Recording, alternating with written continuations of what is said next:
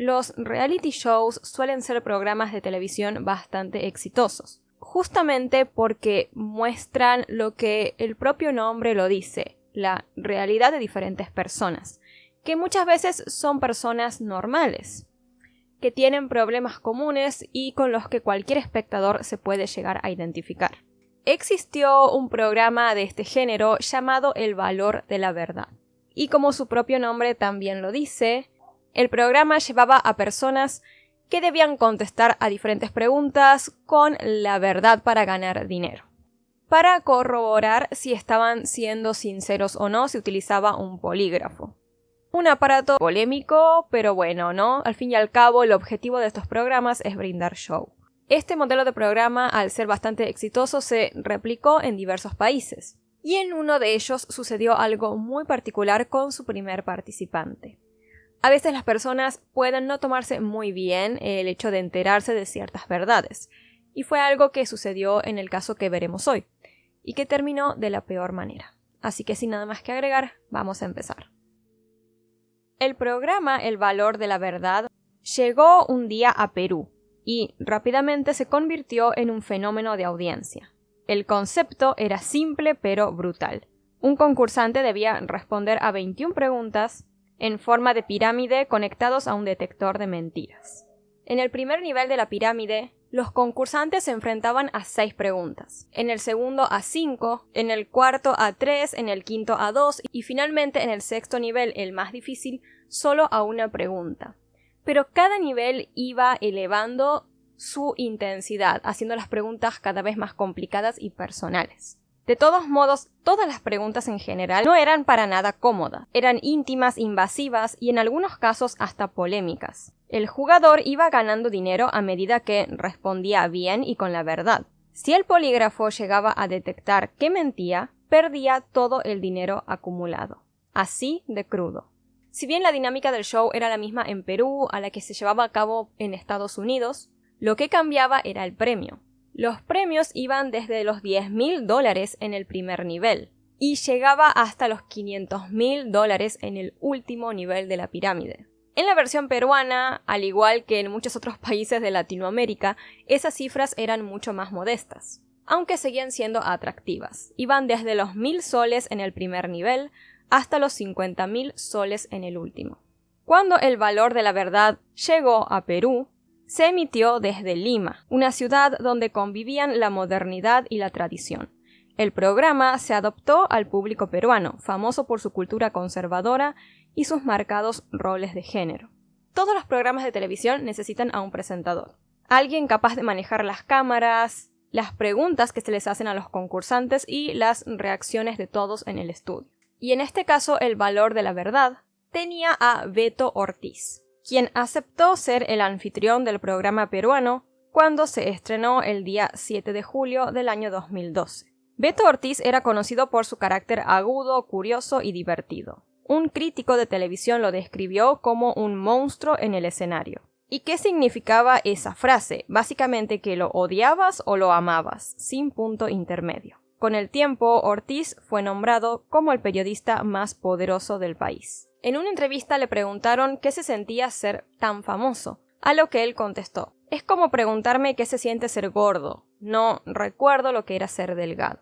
Cuando le ofrecieron el trabajo de El Valor de la Verdad, él dijo que le había encantado la fórmula del programa, porque decía que la fórmula del show era algo que a los periodistas les costaba mucho, decir la verdad. Aunque el programa logró altos niveles de audiencia, también desató muchas controversias. Las preguntas que se hacían en El Valor de la Verdad exponían diferentes secretos que no todas las personas se sentían listas ni para compartir ni para escuchar. Y existieron muchas consecuencias impredecibles a raíz de estas revelaciones. El primer episodio del programa tuvo la participación de una joven llamada Ruth Thalía Sasha Sánchez. La audiencia se enganchó mucho con ella, pero no sabían en ese momento que ese episodio iba a sacudir más adelante al país entero.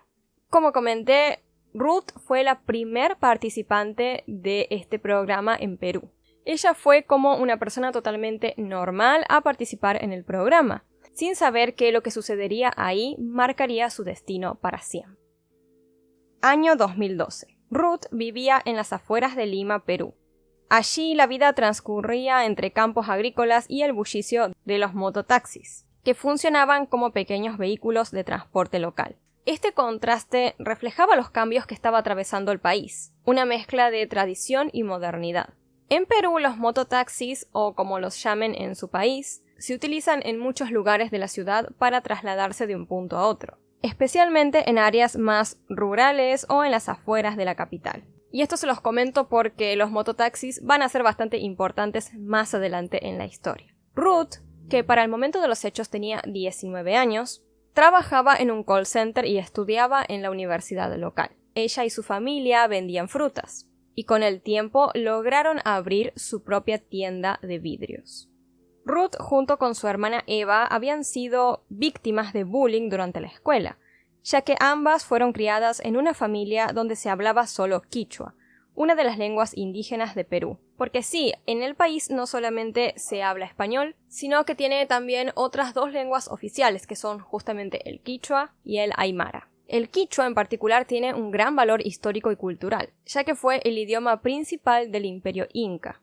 Y hoy en día, como verán, sigue siendo hablado por millones de personas, especialmente en las regiones andinas. Y el quichua también se hablaba en algunas partes del noreste argentino, de donde yo soy. Y si bien hoy en día no es una lengua oficial ahí, sí solemos utilizar a veces algunas palabras muy particulares en ese idioma. Aunque según pude investigar, ese quichua del noreste argentino tiene ciertas diferencias al que se habla en Perú.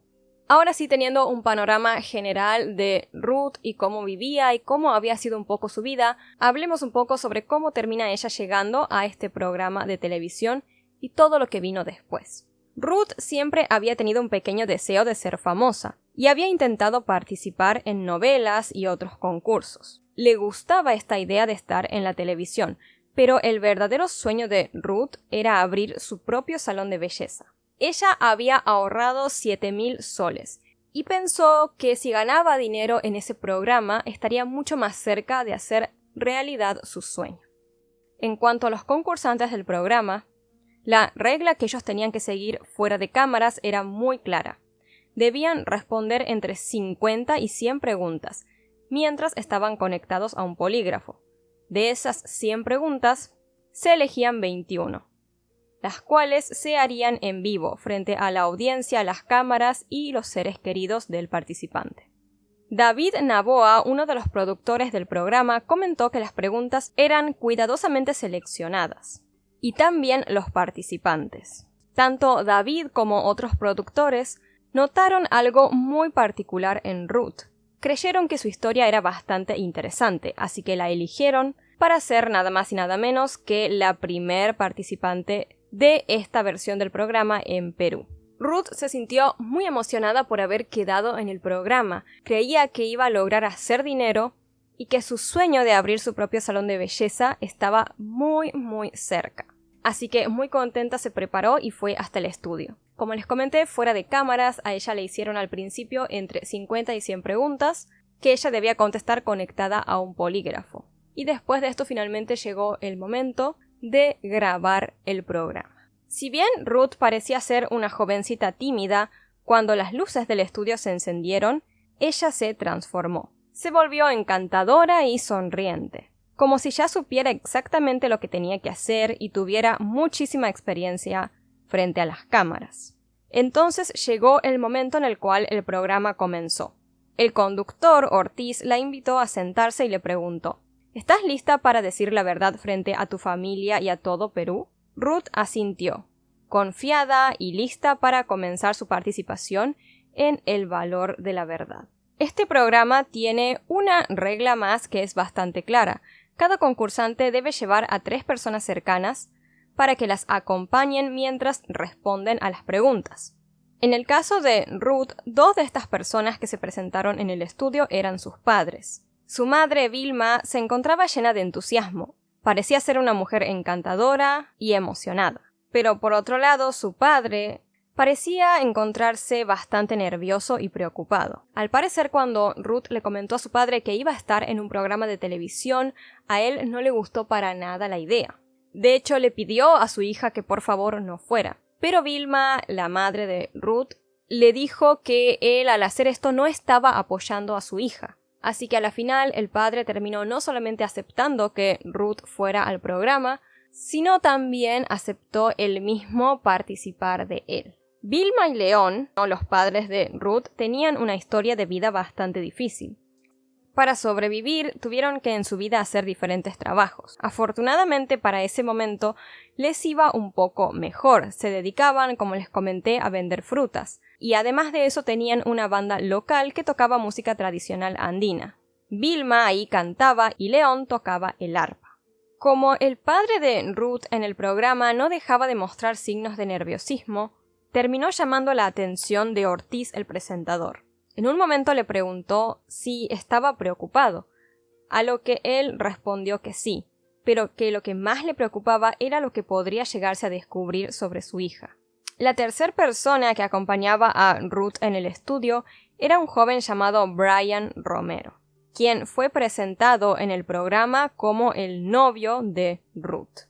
Brian tenía la personalidad casi de un niño, porque solía ser bastante inmaduro, y también lo describían por ser un joven muy reservado. Se dedicaba a manejar un mototaxi y los fines de semana le gustaba salir a divertirse a diferentes bares y discotecas. Después de explicar las reglas del programa, Ortiz le indicó a los seres queridos de Ruth que había un botón rojo frente a ellos que podrían presionar en cualquier momento para evitar una pregunta. Esto se utilizaba en situaciones en donde, por ejemplo, un familiar sentía que una pregunta que se le estaba haciendo al participante era demasiado invasiva o directamente quizás no querían escuchar la respuesta, así que podían optar por presionar ese botón rojo para saltear esa pregunta y pasar a la siguiente. Dicho todo esto, el presentador comenzó con las preguntas para Ruth. ¿Alguna vez dejaste tus clases sin que tu madre lo supiera?, empezó a decir Ortiz. Ruth, mirando a su madre, contestó sí. Al instante, la voz robótica del polígrafo confirmó que la respuesta era verdadera. La segunda pregunta fue la siguiente. ¿Crees que ser bonita te ayuda a lograr más cosas que ser una buena persona? Ruth contestó afirmativamente. Y la respuesta también fue validada como verdadera. La tercera pregunta fue un poco más interesante. Si vieras a alguien dejar caer 1000 soles, ¿lo devolverías? La respuesta de Ruth fue un contundente no, y la máquina nuevamente confirmó que era verdad. Con cada respuesta la tensión crecía en el estudio, mientras Ruth se enfrentaba a preguntas cada vez más incómodas y sus seres queridos la observaban con nerviosismo. Durante el programa, el conductor Ortiz iba haciendo todo lo posible para que Ruth se sintiera cómoda, al igual que sus familiares. Dentro de lo que se puede, ¿no?, en ese contexto.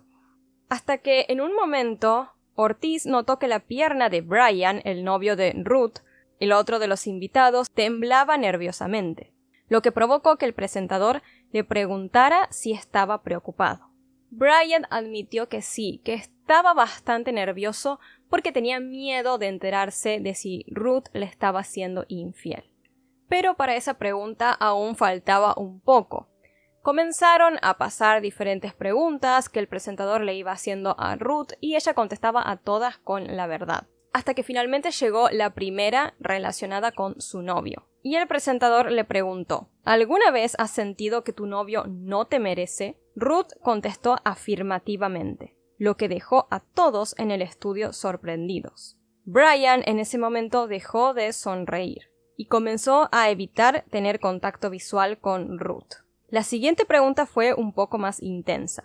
¿Perdonarías a tu novio si te hubiera sido infiel? La respuesta de Ruth fue un rotundo no, y con esto la tensión en el ambiente aumentó aún más. De golpe, la temática de las preguntas cambió, y la siguiente pregunta fue sobre si Ruth sentía vergüenza por los modales de su familia.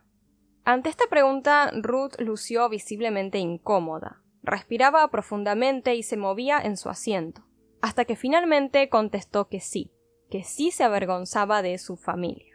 Ruth quiso explicar por qué había dicho que sí se avergonzaba de sus familiares. Ella comentó que cuando todos iban a restaurantes o lugares públicos, sus padres no sabían muy bien cómo comportarse. Vilma, su madre, quedó visiblemente afectada por esta respuesta de su hija, y comentó que si bien le dolía escuchar eso, entendió que su hija no quería ofenderlos en sí ni nada de eso, sino que más bien sus palabras eran bastante suaves. Aunque se notaba que Vilma estaba intentando contener las lágrimas, y el padre de Ruth también lucía visiblemente afectado. A pesar de todo, el hombre intentó mantener la calma. Ruth, al notar esto, expresó que sentía muchísimo amor por sus padres y por sus familiares, y pidió disculpas por haber dicho lo que dijo. En ese momento Ortiz le dijo a Ruth que ella podía retirarse en ese preciso momento del programa si así lo quería, con todo el dinero que había acumulado hasta ese momento.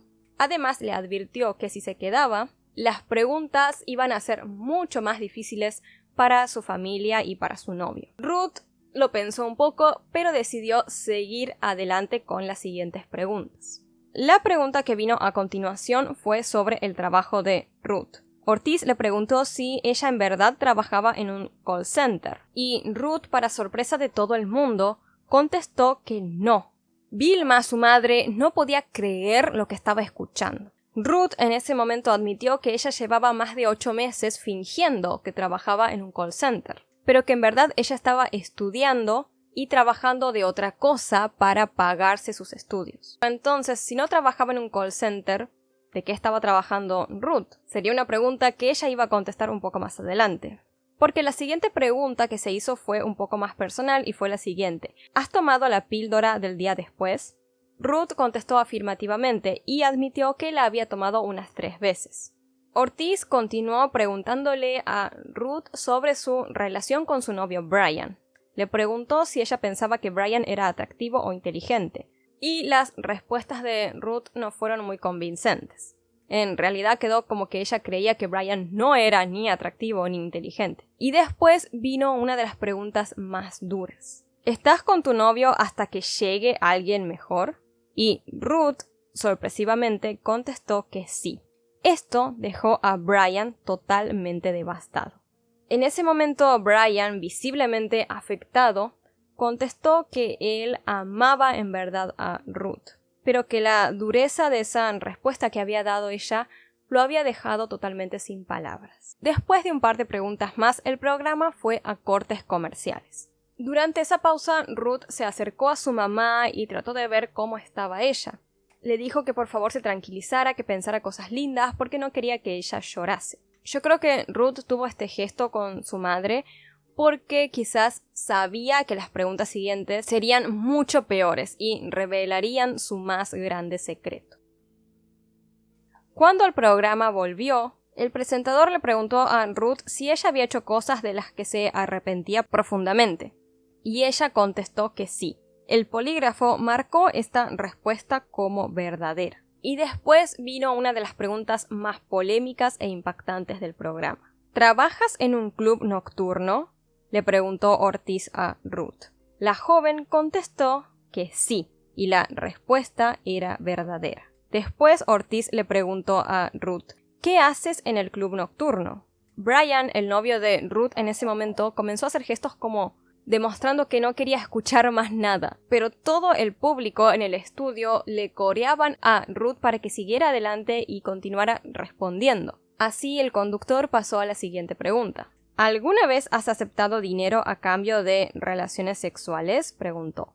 Sí, dijo Ruth, y la respuesta era una vez más verdadera. En el valor de la verdad, Ruth estuvo a punto de llevar a toda su familia al límite.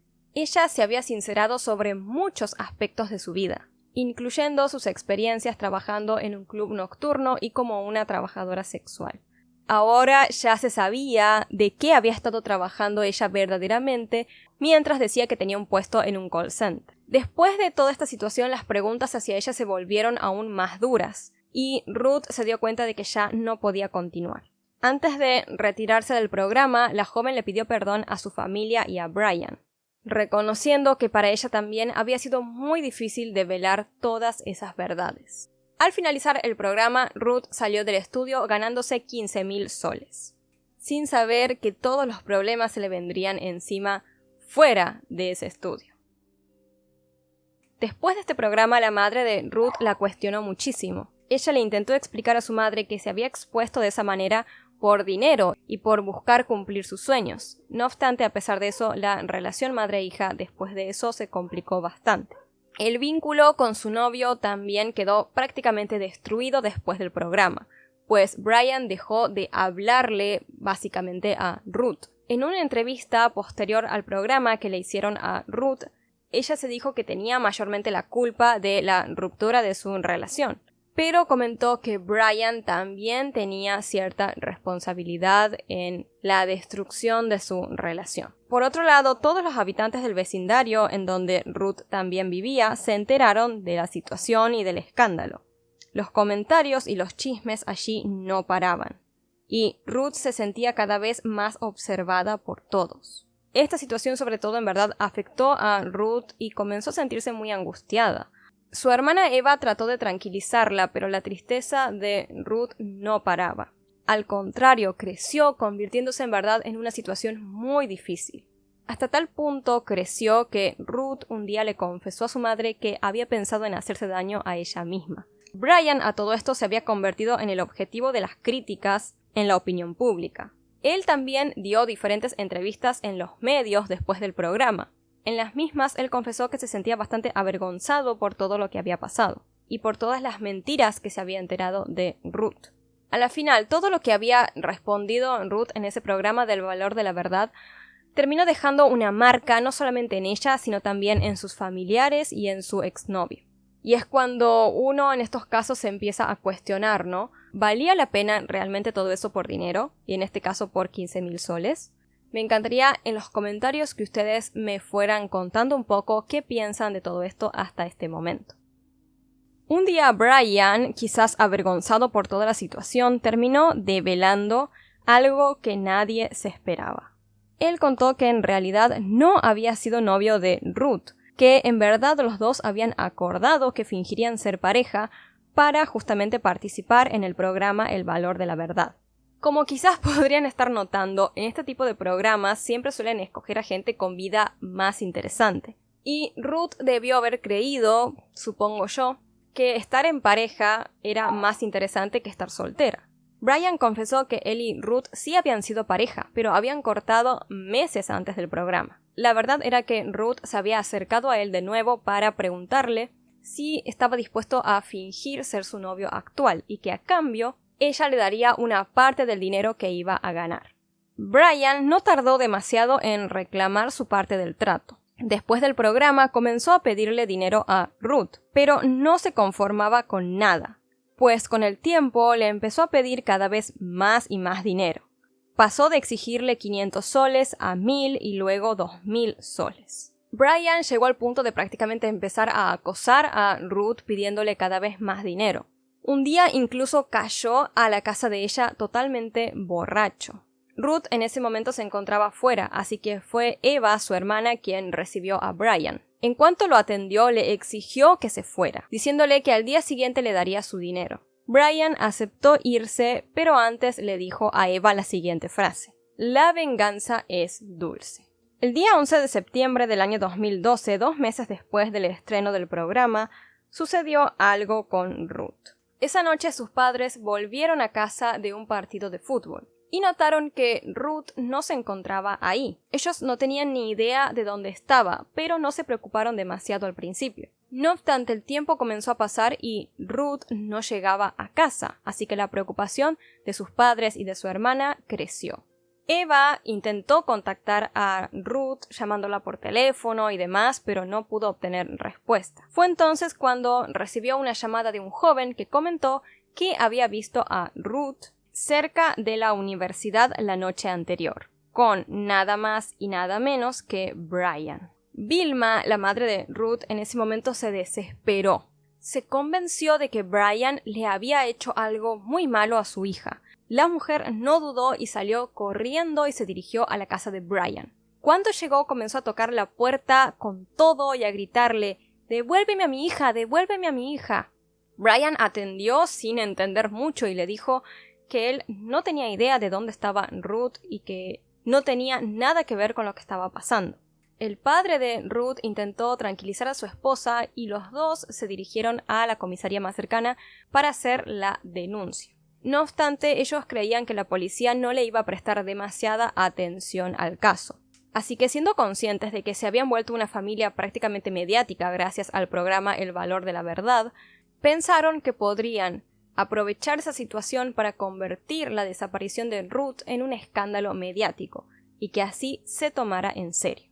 Desesperados, Leon y Vilma decidieron ir a una estación de televisión. Allí se acercaron a un productor de un programa de noticias muy conocido y le explicaron toda la situación que estaba pasando con su hija. El productor tranquilizó a los padres y les pidió que al día siguiente se presentaran en el estudio para hablar en vivo sobre la desaparición de Ruth. No obstante, al siguiente día, mientras los padres de la joven se preparaban para ir al estudio, les llegó una llamada del productor. El programa había sido cancelado.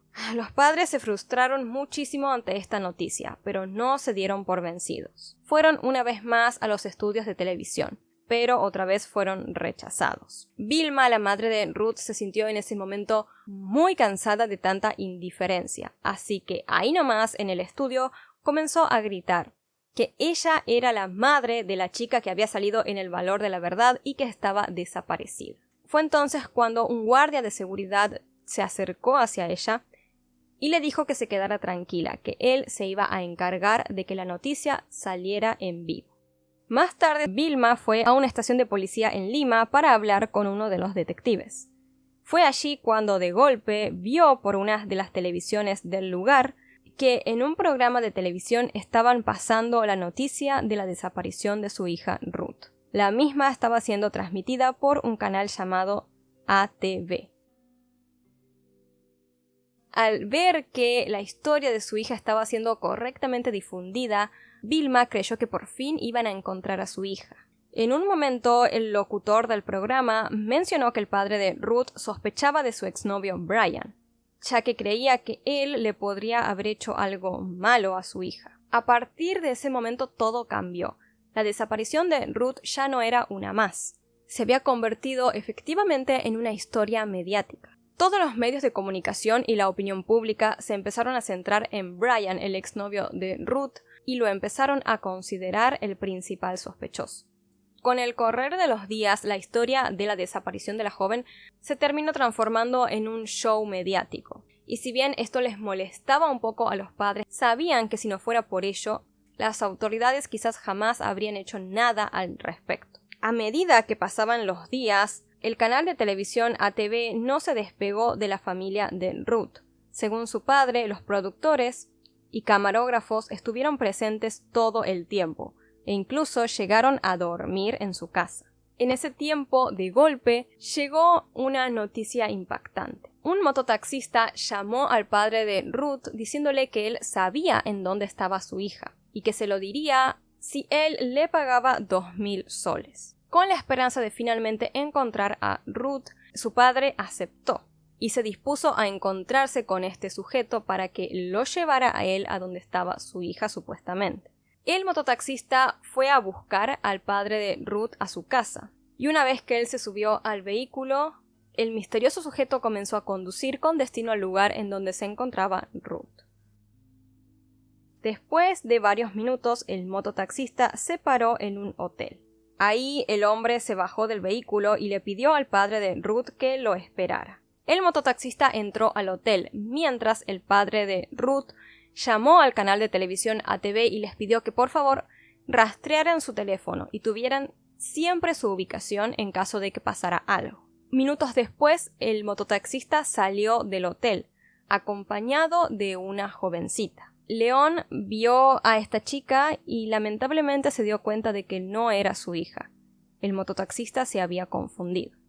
Los padres de Ruth quedaron extremadamente decepcionados después de esto, y también muy desesperados.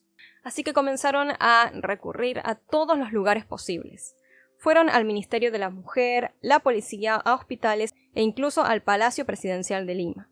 Un día un reportero de ATV se encontró con Brian en la calle, el exnovio de Ruth. Decidió pararlo y preguntarle si él había visto a la joven la noche de la desaparición, a lo que Brian contestó que no.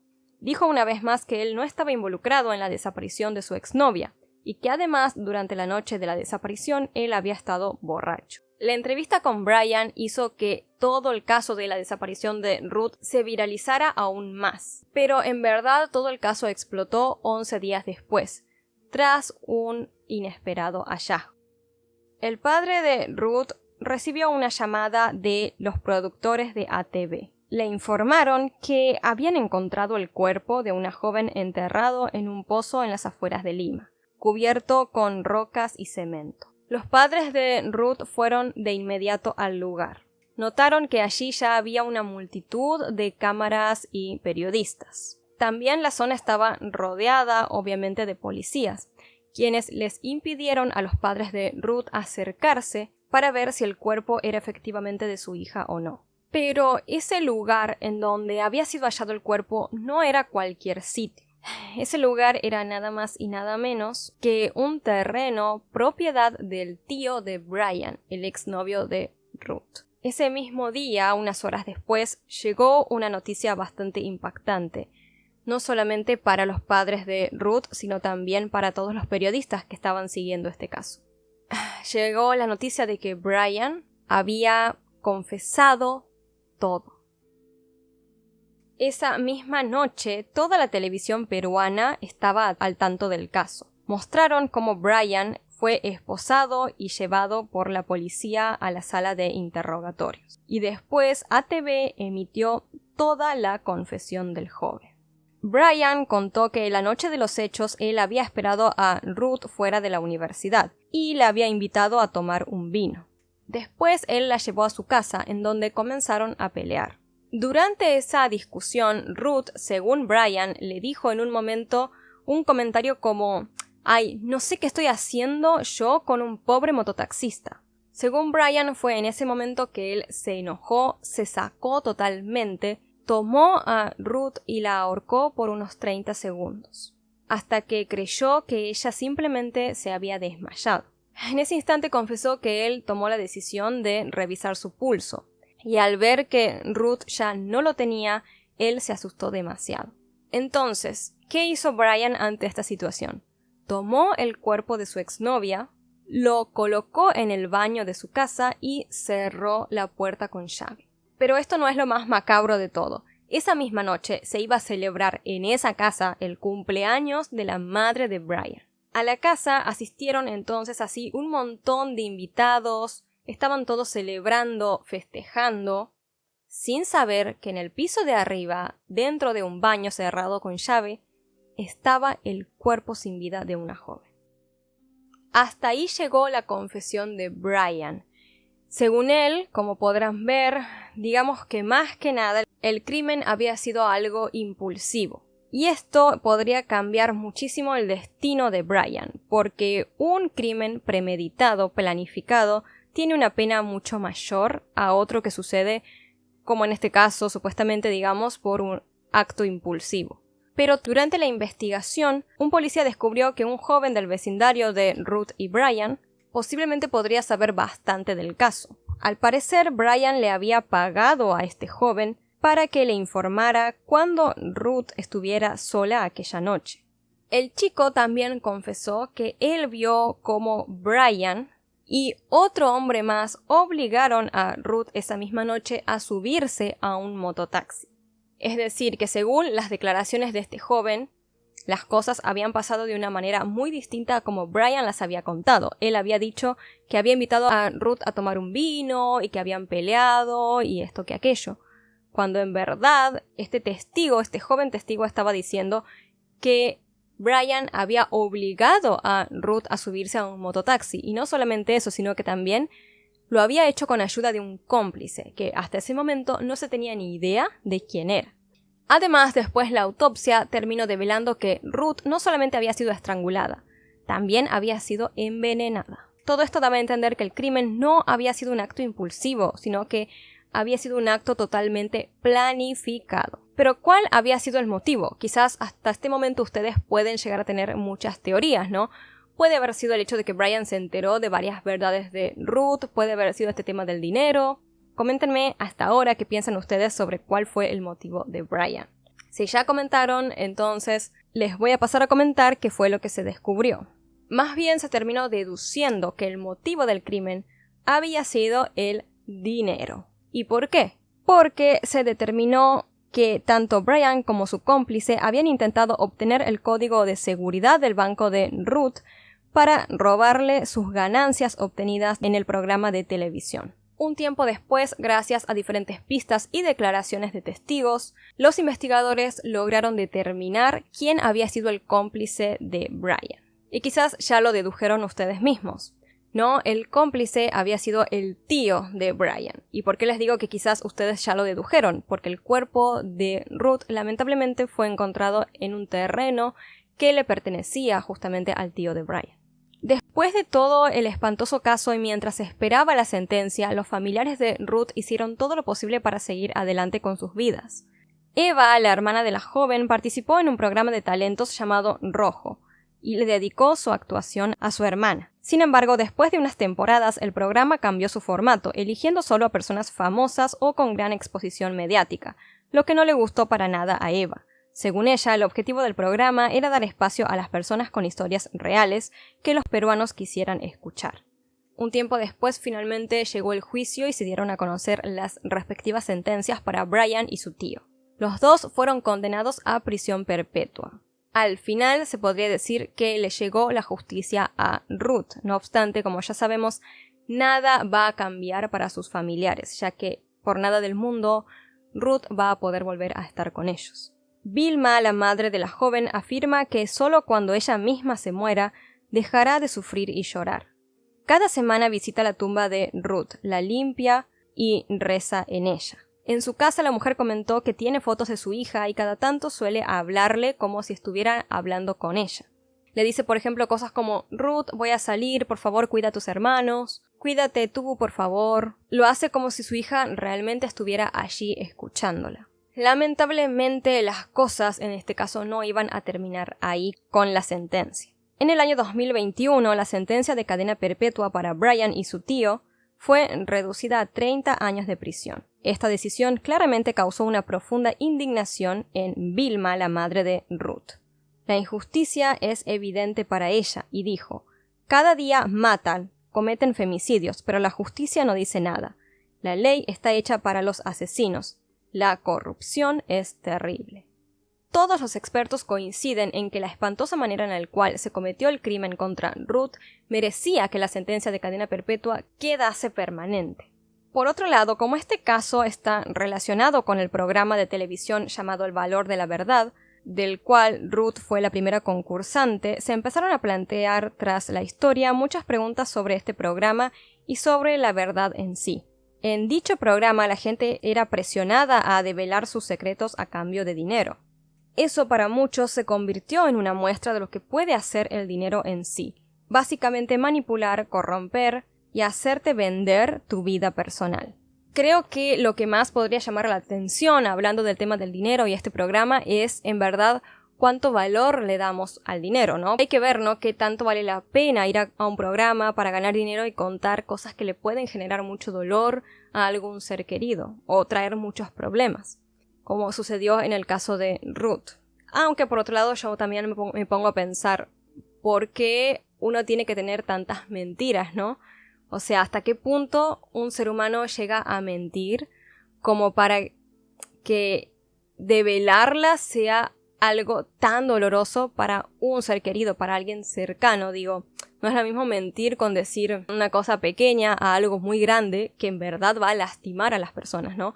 Entonces creo que más que la reflexión de decir me voy a este programa y digo una verdad por dinero y no me importa nada, es ponerse a pensar directamente, no, antes, mejor no miento con algo tan importante que el día de mañana puede causar un dolor muy grande a personas que amo. Porque siempre de estos espantosos hechos siento que algo tenemos que tomar para reflexionar desde nuestro lado, aunque sea para que esas historias no hayan sido tan en vano. Coméntenme qué opinan ustedes sobre todo esto en los comentarios y sobre la historia en sí. Espero que este caso les haya resultado de interés. Cara Knott, una joven llena de vida y con un futuro radiante por delante, se despidió de su novio en Escondido, California, una fría noche de diciembre del año 1983.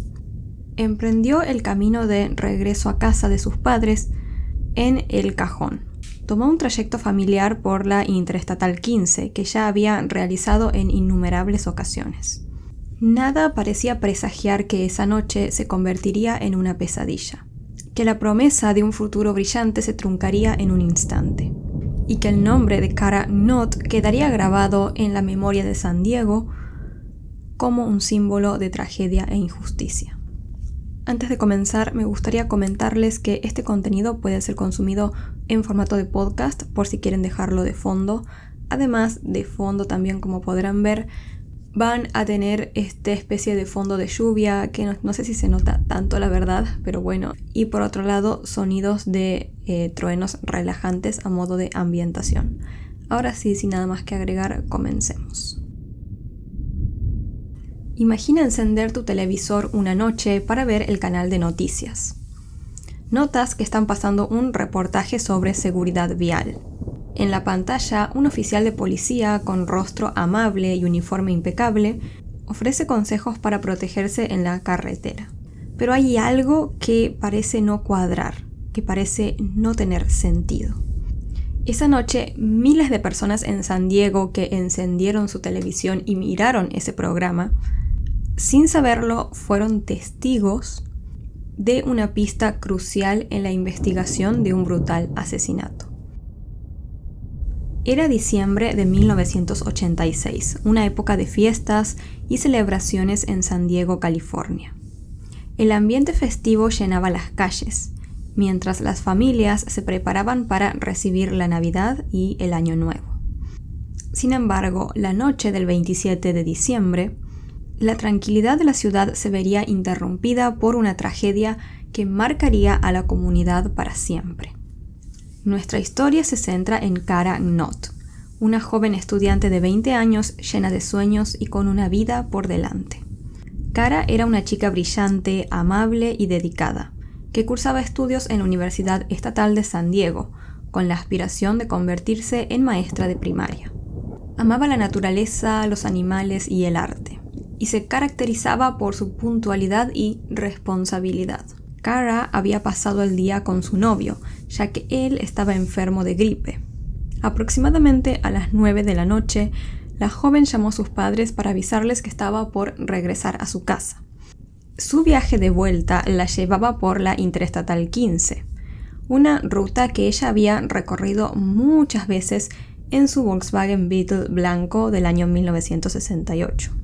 Era un trayecto súper familiar para ella que duraba aproximadamente 40 minutos.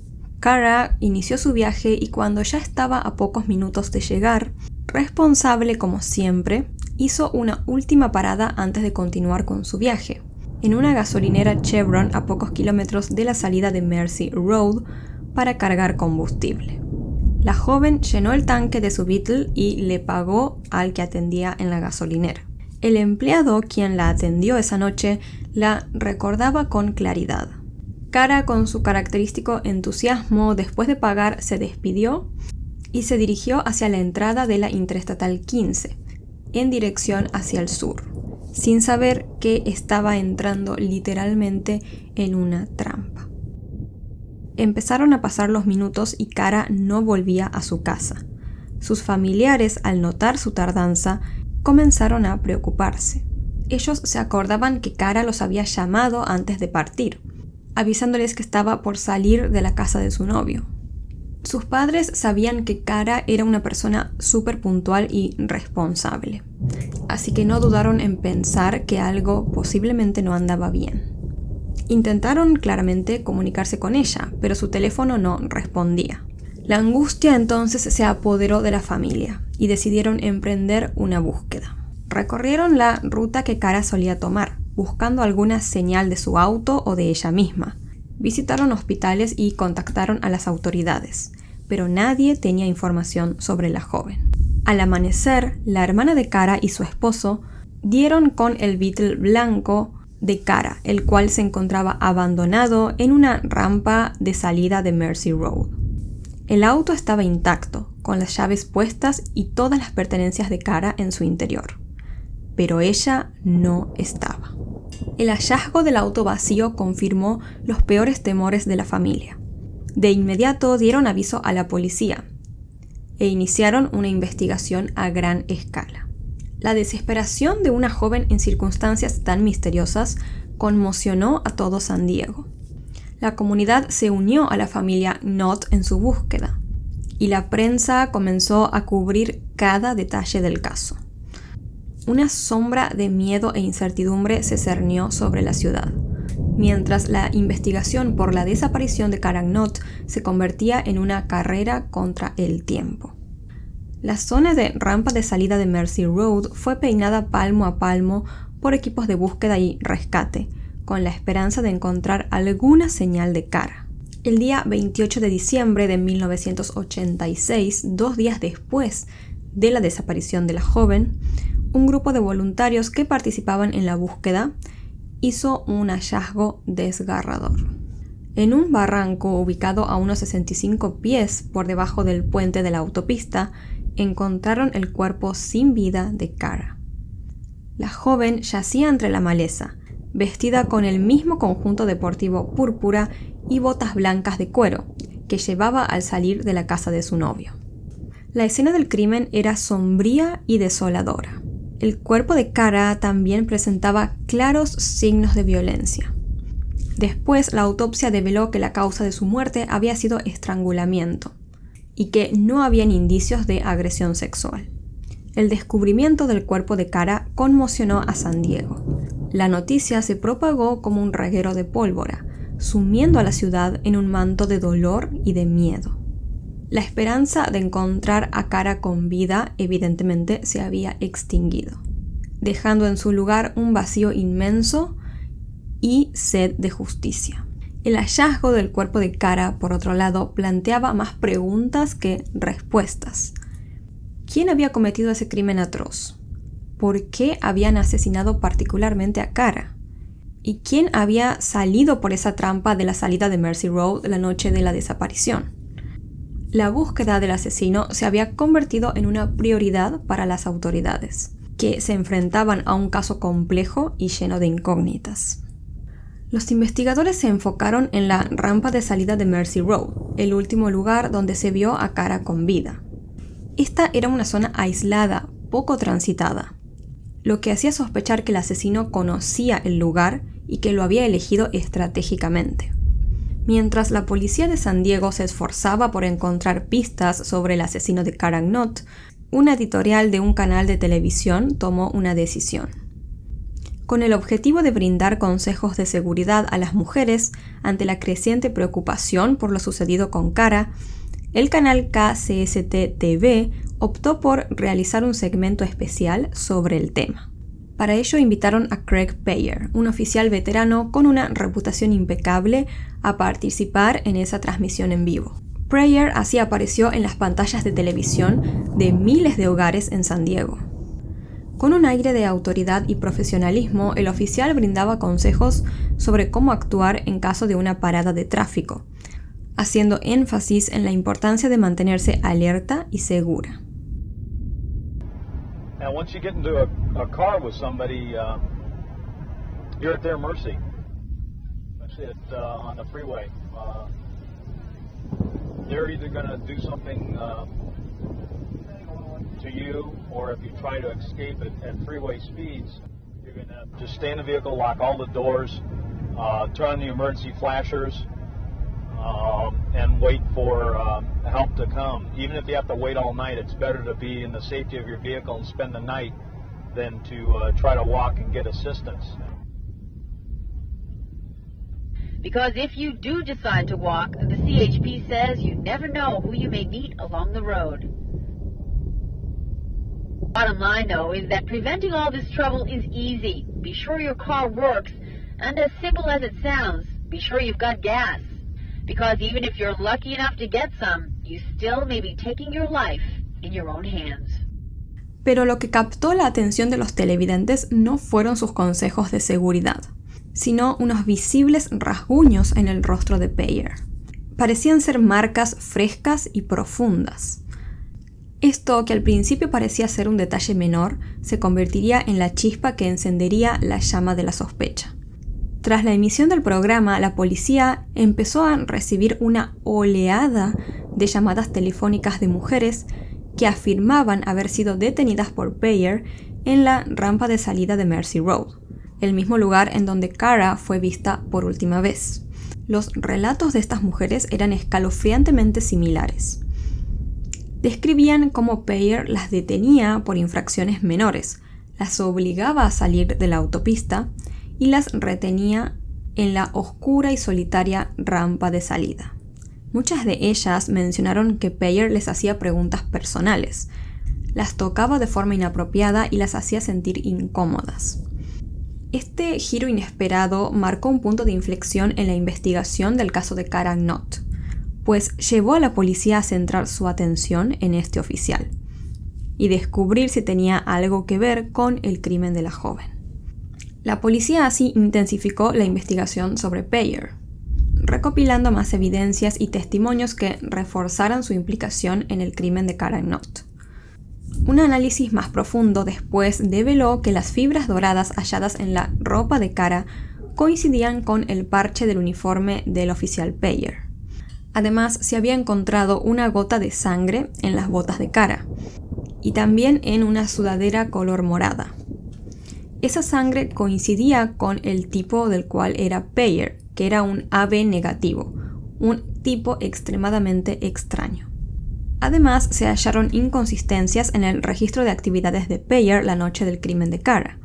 2 hermanos declararon que Payer los había detenido por exceso de velocidad aproximadamente a las 10 de la noche, pero en su ticket Payer había tachado la hora original y la había cambiado por las 9:20 de la noche, intentando así quizás construir una falsa coartada.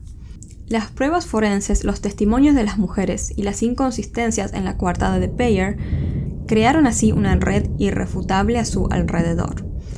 El oficial modelo, quien antes era admirado por su comunidad, pasó a convertirse en el principal sospechoso del asesinato de Cara Knott. Al parecer, el programa de televisión concebido para brindar seguridad se había convertido en una trampa para el asesino. El día 15 de enero de 1987, Craig Payer fue arrestado y acusado de asesinato en primer grado. La comunidad de San Diego, conmocionada por la noticia, exigía justicia para Cara. El arresto de Payer marcó en verdad un hito histórico, siendo el primer oficial de policía en servicio en ser acusado de asesinato. El juicio, que comenzó a principios de 1988, se convirtió en un evento mediático que captó la atención nacional. La fiscalía presentó una montaña de pruebas en contra de Payer, incluyendo los testimonios de las mujeres que habían sido detenidas por él en la rampa de salida de Mersey Road, evidencia forense que lo vinculaba con el crimen de Cara y las inconsistencias, como les comenté, en su coartada. A pesar de esta abrumadora evidencia en su contra, Payer mantuvo su inocencia durante todo el juicio. La defensa, por su lado, intentó desacreditar los testimonios de las mujeres, argumentando que sus recuerdos eran poco fiables y que habían sido influenciadas por la cobertura mediática del caso. También cuestionaron la validez de las pruebas forenses, alegando que la cadena de custodia no se había mantenido adecuadamente y que la posibilidad de contaminación no se podía descartar. Después así de semanas de testimonios y deliberaciones, el jurado de este juicio no pudo llegar a un veredicto unánime. 7 jurados votaron a favor de condenar a Payer, mientras que otros 5 se inclinaron por la absolución. El juez ante esto tomó la decisión de declarar el juicio como nulo, lo que significaba que Payer quedaba en libertad bajo fianza en espera de un juicio nuevo. La fiscalía, decidida a obtener justicia para Cara, reorganizó su estrategia para el segundo juicio, que comenzó pocos meses después. Se presentaron ahí nuevas pruebas y testigos, incluyendo el testimonio de algunos compañeros policías de Payer. quienes comentaron que él empezó a tener un comportamiento bastante extraño los días posteriores al crimen. Esta vez el jurado sí pudo llegar a un veredicto unánime. Consideraron que Payer era culpable. El día 4 de agosto de 1988, Craig Payer fue sentenciado a 25 años de prisión sin posibilidad de libertad condicional por el asesinato de Cara Knott. Esta sentencia marcó un precedente histórico, siendo la primera vez que un oficial en servicio de policía era condenado ahora por un asesinato. El caso de Cara Knott dejó una profunda huella en la comunidad de San Diego. Su muerte impulsó cambios importantes en la forma en la que se manejaban las denuncias de desapariciones y se investigaban los casos de violencia contra las mujeres. La valentía de esas mujeres que se animaron a denunciar a Payer y el incansable esfuerzo de la familia Knott para obtener justicia inspiraron a otros a luchar en contra del abuso de poder y a defender los derechos de las víctimas. El legado de Cara Knott hoy en día sigue vivo. Su memoria se honra a través de un jardín conmemorativo cerca del lugar en donde se encontró su cuerpo. Además, hay una fundación que da una beca estudiantil en su nombre. Cara Knott no fue solo una víctima de un crimen atroz, sino también fue víctima de la traición de la confianza depositada en aquellos que se supone deben velar por la seguridad de la comunidad. Su crimen expuso la vulnerabilidad de las mujeres ante el abuso de poder y la necesidad de mecanismos más efectivos para denunciar y prevenir la violencia. Y hablando de este tema del abuso de poder, es increíble la caradurez para mí que tuvo este sujeto para salir en televisión a dar literalmente un programa sobre seguridad para las mujeres en la carretera. Era una persona en la cual las chicas, las mujeres, las personas en general confiaban. Una persona en la cual todos acudían para buscar seguridad, para buscar protección, para buscar ayuda. Y esa misma persona no solamente se había aprovechado de su posición de autoridad y de también, creo yo, de la confianza que de por sí le tenían las personas para cometer un crimen espantoso, sino también después tuvo la caradurez de aparecer en el programa, y creo yo que lo hizo porque estaba tan acostumbrado a sentir ese poder y a sentir esa sensación de que se puede salir con la suya que ni siquiera le importó hacerlo. Como que creo que ni siquiera sospechó él que iba a ser atrapado al salir en ese programa. Por eso ni siquiera se preocupó, lo hizo siendo consciente de que tenía las marcas de rasguños y demás en la cara. Pero bueno, obviamente sí hay que recalcar un montón a las mujeres que llamaron y lo denunciaron, porque si no era por ellas, posiblemente ahí sí todo pasaba desapercibido. El hombre iba a seguir como si nada quizás. Lo que sí siento que aún queda como por descubrir en este caso es el motivo, ¿no? Porque no se especificó por qué él terminó cometiendo ese crimen contra Cara.